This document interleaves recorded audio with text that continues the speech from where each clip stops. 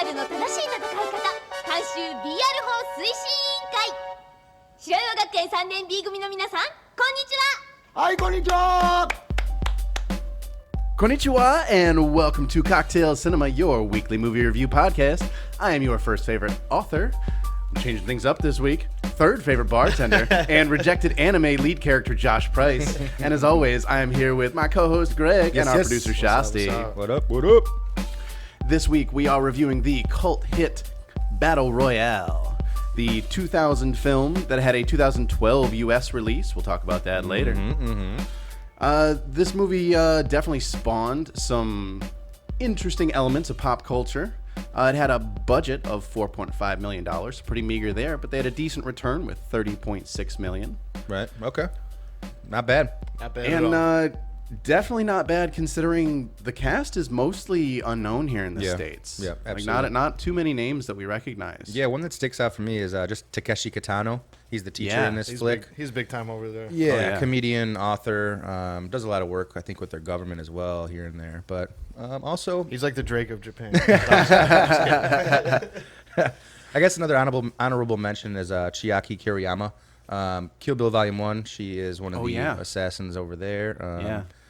You know, she stands out for a couple of reasons, including that tracksuit. We'll get into definitely, that too. definitely. Absolutely. I didn't think about that, but it is the same suit, and we'll definitely talk about why. But there's a lot of blood and guts in this movie. Oh yeah, and I figured we could put some blood and guts in our glass and really get into the moment. yucky.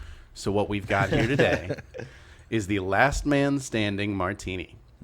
So this is 1 ounce of vanilla vodka, 1 ounce of liquor 43, and half an ounce of creme d'almond. That's what's giving it the red color there. Kampai. Cheers. Hey. And then this is what's spraying out of the necks when Katana. Yeah, this is exactly the recipe for their fake blood. Digging it. That's a martini. Digging for it. Sure. Yeah. Nice. The way the almond kind of plays off of the liquor 43 and is softened up by the vanilla. The vanilla kind of. I'm very happy with that. Yeah, right. Very happy with it. Nice work. Thank you. Thank you. So now we got some liquid courage. Let's bravely trudge on, join the condemned, the damned on this island and talk shop. Alrighty, let's do it. So we should probably open this up by saying that this is one of Quentin Tarantino's favorite films of all time.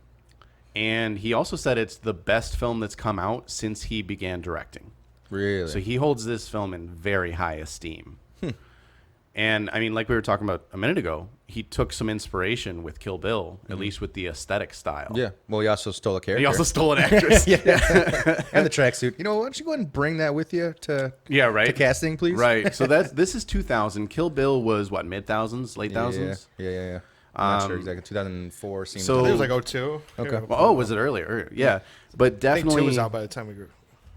Yeah. You know what? Yeah. I think I was in high school when the second one came out. But regardless, definitely a big inspiration on Quentin Tarantino. And also a really big, what do we got here? 03. Okay. So, yeah, real quick turnaround. But this movie changed the game in a lot of ways. Literally, it changed video games. And we can start there. Like, the concept of Battle Royale comes from this movie. Well, and from this book as well, because this is an adaptation. What year was Battle Royale? The book came out in 99, and the movie was released in Japan in 2000. 2000. Okay. Yeah, as soon as the book was released, they started working on the script. Because the original Battle Royale you think of is like WWF. Right. Which goes back to like 91. Yeah. I mean, that really is like the format. It really is. 40 it people really enter, one person leaves. Or the King of the Ring concept. Yeah. But they took that and like changed. Blew it up. Just completely messed up like pop culture as a whole. Absolutely. Hunger Games to Fortnite. You know what I mean? Everything between. It's like. Yeah, I mean, we're talking Fortnite. We're talking, Call of Duty took some notes there. There was just a new season of Warzone, Admin Warzone. Yeah. There's a whole bunch of influence on video games. There's been a big influence on literature. You know, the young adult genre just took this idea and ran with it. You're talking Hunger Games. You're talking Divergent. That's what I was going to get into right away. I mean, this is obvious stolen idea from. It's a format. I suppose. I mean, there was so much. I mean, there should be some copyright infringement on that. I feel like it was so close. I mean, close. We're talking about Takeshi, and we're talking about Tarantino, and we're gonna be talking about Guy Ritchie later. Yeah. So I feel like this is gonna be a common thing the whole night. But. Well, I mean, you're not wrong, Greg. Like I know. Suzanne Collins. I mean, we could make the argument that she's just playing full-on colonizer here, because this is a white woman who took an idea and then claimed it was original. Yeah. You know, it's obvious. Like the book had been out for a decade by the time she wrote The Hunger Games, and the movie had been out for just a year less. But when she was asked about it in interviews, she's like, "Oh yeah, I didn't even know there was such a thing as Battle Royale until I submitted the book." It's like, sure, Jan. Yeah. Sure, Jan. Not buying it. Yeah, Sorry, right. lady. But I mean, they do say that imitation is the greatest form of flattery. So I suppose for Suzanne Collins to say, "Hey, I really like that idea. What if it was in the States in a dystopian future?"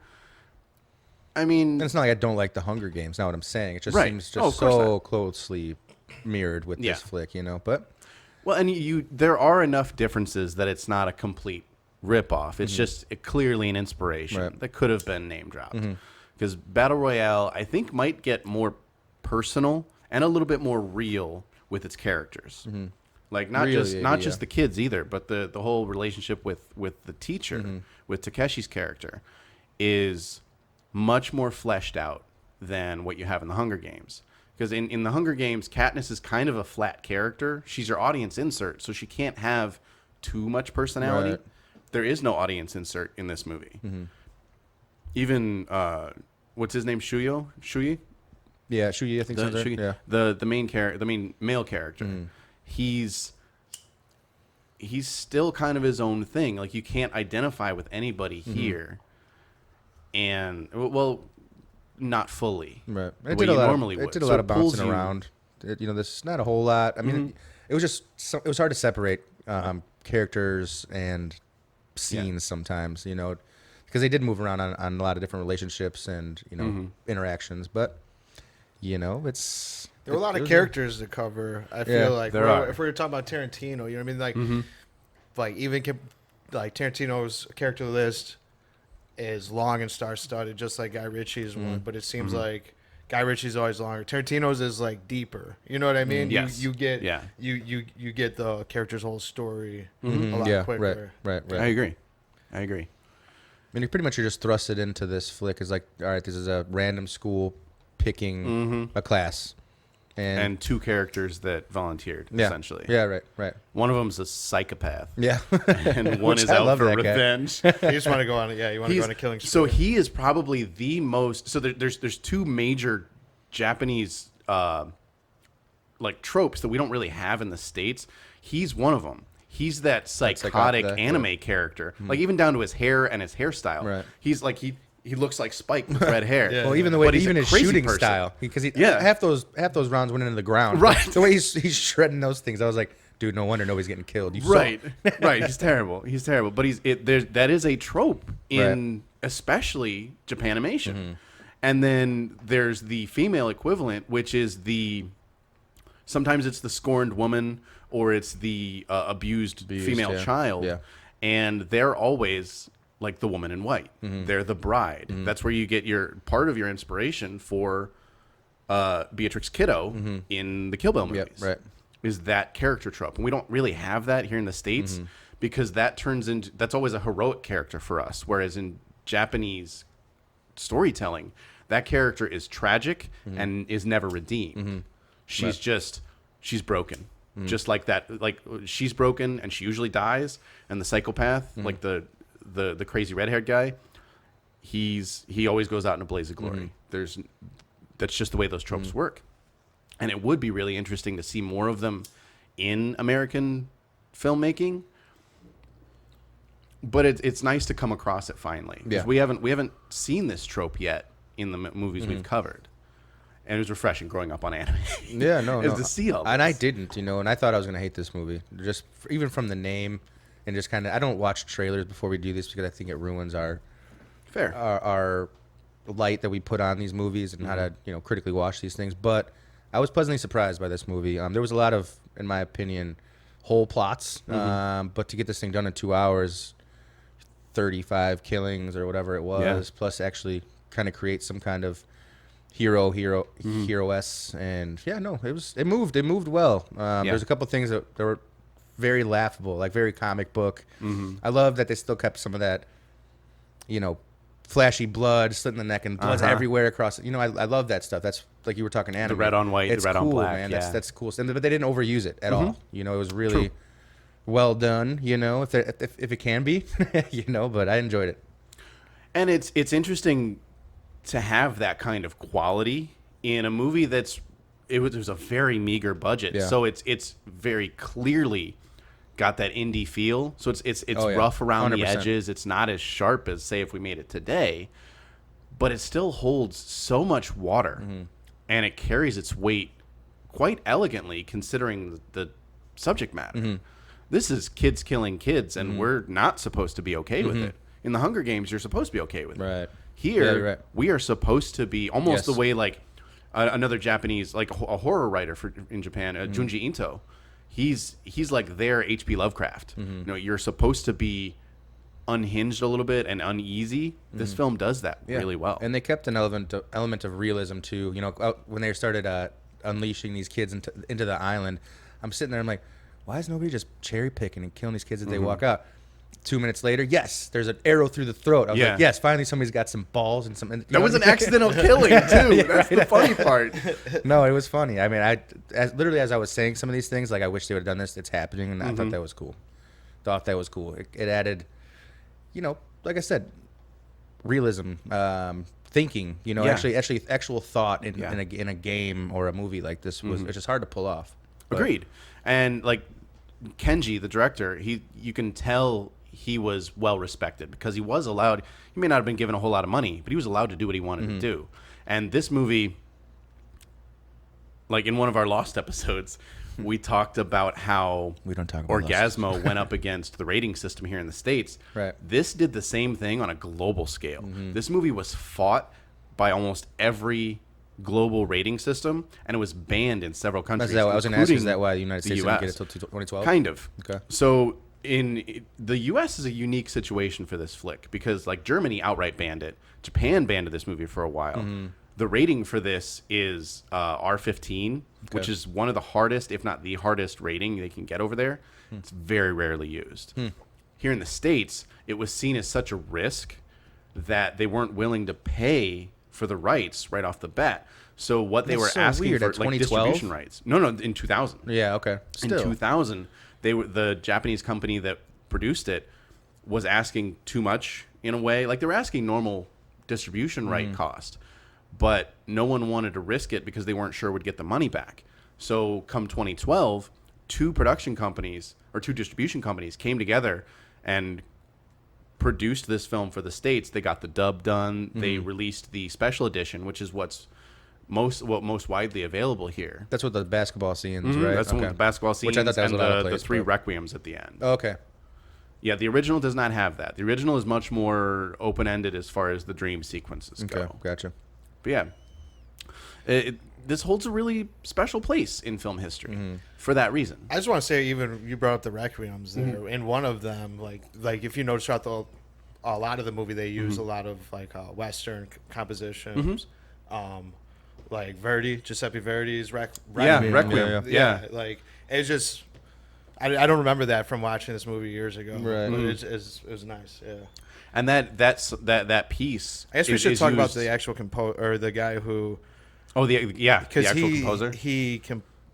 No, I mean the guy who's in charge of like the score. He used a lot of those songs. Impressive, right? For sure. But he composed a lot of them too. Nice. It was a good mix. It was a good mix because, like Shasti's saying, while he's looking that up, this guy used a lot of Western music, and he did compose probably about 50% of the soundtrack. Okay. Yeah, That's our man right there. That's boy. stud muffin. Masamichi. Cool. Yeah, and this is very well scored. Right. And those pieces are in place for impact, and it's very effective. Very effective. Pardon me, man. You're good. Watch this martini. It'll give you the agita for sure. Did you have a favorite scene in this movie? I probably have two, and they're going to be really weird. Everyone's is probably going to have the same one. It's going to be weird. Yeah. So my first favorite, just for the comedy of it, is when that one kid gets shot, lays down, and pretends to be dead. Then he stands up. He's like, "Yes, the bulletproof vest worked." And then the guy comes back over the top of the building and cuts him in half. And then my second favorite for the emotionality of it is when the Guardian character dies on the boat after they've left the island, and he's like, "I understand what my girlfriend said with her last words. You know, I understand the riddle that she gave me." And then he passes away, and it was just very emotional. And it ties their journey together. And it was not the A plot until that moment. Yeah. And that's why I loved it. Right. What about you? I'm going to go pretty obvious here is when the one female character, they're all kind of bundled up in the whatever tower or whatever, tries to poison the one guy who accidentally killed her boyfriend or whatever. And somebody else eats it. They're eating spaghetti. Spaghetti's ready. You know, just steals the snack, and it ends up in this awesome girl gunfight. You know, after this girl spits up blood, and she's the only one that ends up living, and then obviously jumps off a cliff and kills herself. But just it was the sequence of the death toll and how they were interacting during shooting these firearms. Like, I don't know. I just thought that was... It was like ultimate backfire. Yeah, right. They're trying to make an alliance. Well, and talk about tight filmography and blocking for a one-room shootout. Right. We're talking about a room that's, 8 by 10 at the most, with obstacles in the way. And you never lose your geography. Yeah. You never get lost who's shooting who. Yep. And they weren't even doing the 180s. They were doing full rooms. Yeah. It's quick cuts from character to character, and there's still dialogue going the whole time. So there's so much going on, but it is cut so well that you don't notice all these shifts unless you're looking for them. Right. You just you go away from that moment being like, "Oh, it's over. It's over." It was tense, and it was properly It needed to be tight. They brought Battle Royale as a name into one room in that shot. That's kind of what I think of the whole movie encapsulated right there. You know, especially with the love interests and stuff like that still going on. The guy can't get in, and he's hobbling. You can't walk, and he's going through the forest. You know, with a stick. It all started there for me as far as like when I turned into like that was really cool. Yeah, you know, and then it kind of kept going from there. I mean, it was probably halfway in, a little bit more, but one of the things that changed my perspective on this film was that. Totally. And I like jumping off from that. This movie takes place over 3 days. So in a lot of action movies, like people will get hurt and then suddenly they're okay. Like everybody just keeps getting more hurt. So by the end of it, 2 of them are essentially on makeshift crutches. And they don't it's believable. Right. Like, oh yeah, he's not going to heal from a gunshot in 12 hours. He's not going to recover from getting cut up. They've said in Reservoir Dogs, like it's a belly wound. It takes days to die from a belly wound. I mean, so they're walking around with it. You know? It's kind of funny. It's one of those. We talked dream sequence about how that was added, but I don't know if you've ever had those dreams where you're like you get shot. And you just won't die. You're just weak and you're just everywhere, and the dream lasts forever. Well, I die in my dreams, so I'm the weird one. Here we go. So that goes into your anime.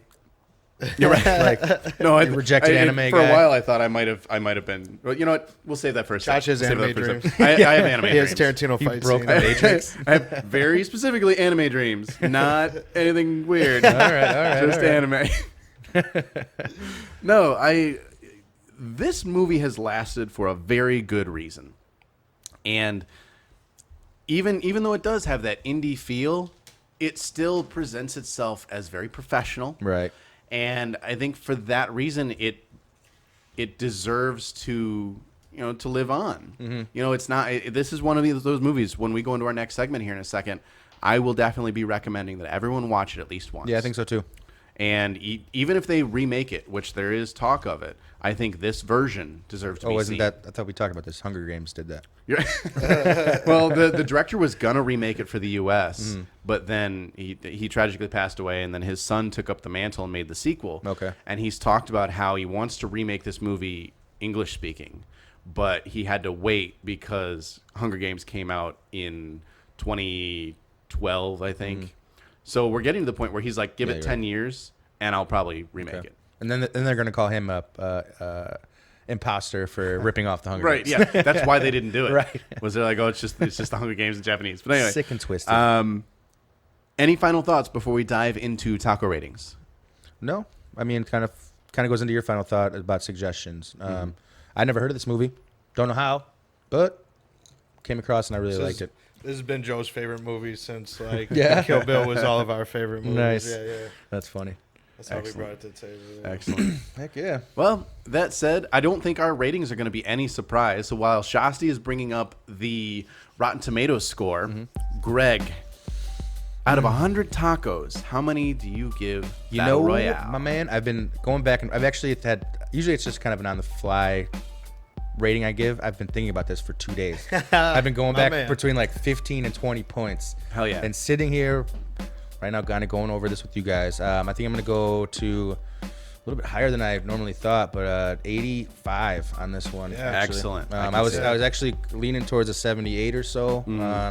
But kind of going over it, checking myself, and you should always be able to be humble and, listen to your friends and see their ideas too. So yeah, 85, solid tacos. Excellent. So Greg's going to start listening to his friends, so we're redoing Doomsday. But, We probably should. That'd be fun. Mikey, you want to go next? Just like my man's favorite scene here, 85. Nice. I've been thinking about it for a couple of days too, but I don't know. Fun factor alone, it's its own legacy. Yeah, you know what I mean? It started all these other things we're talking about. But you got to go back and just because Tarantino says it's his favorite flick doesn't mean it's going to be mine. You know what I mean? Right. Yeah. I'd recommend anybody to see it. It's honestly the most fun I've had in a while covering movies. Yeah. But for that alone, 85. Excellent. To add, my score of if we were to do Hunger Games has gone down because of this movie for Hunger Totally Games. fair. And that's what I'm saying. Fair. Yeah, it's a Totally very fair. impactful. It's a game changer. It is. It's a very, very. Yeah. When you see your famous quote about homage versus just karaoke. Yep. This is definitely the original. Agreed. And everything after that is karaoke. But so now for my rating, I'm gonna give it an 87. Okay. This is definitely a must-watch. I mean, you don't have to watch it more than once. It is a very heavy topic, but I think just for its place in film, for its place in pop culture, and global pop culture, not just Western pop culture, this movie deserves to be seen. It deserves to be recognized, and like Tarantino said, it is one of the best films we've made in the last 20 years. So shout out to our boy Kinji for pulling it together. Yes. 87 from me. And so what do we have for Rotten Tomatoes there? Oh, wow. Oh, 88 from critics and an 89 from the audience. Okay. So pretty solid across the board. We're actually lowballing. I'm actually surprised the audience gave it that high of a score considering how many assholes are out there. No, it's yo, good. you're right. I mean, Look, seriously. look at that. 50,000 plus rating. That's impressive. Yeah, it is. That's impressive. wild. That's impressive. So That says a lot right there. Yeah. That's like how many people are playing Fortnite right now. You're right. You know what I mean?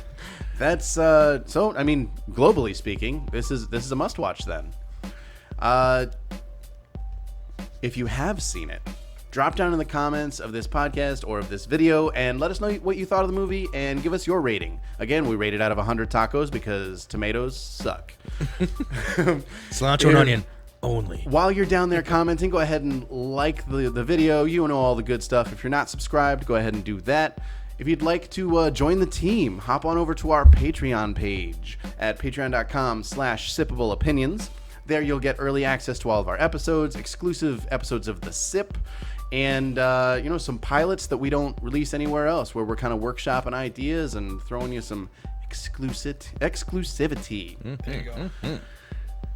Greg, Made that one thank you sound for all being fancy. here. Yeah, right. Thank you guys. No, it's always a pleasure. I enjoyed this film. I always enjoy this table share. Yeah. Master of the mix, we Yep. appreciate you. Pleasure Thank as you for always. being here. You got it, And listeners, watchers, and subscribers, we see you, we hear you, we love you. And for tonight, we gotta say goodbye.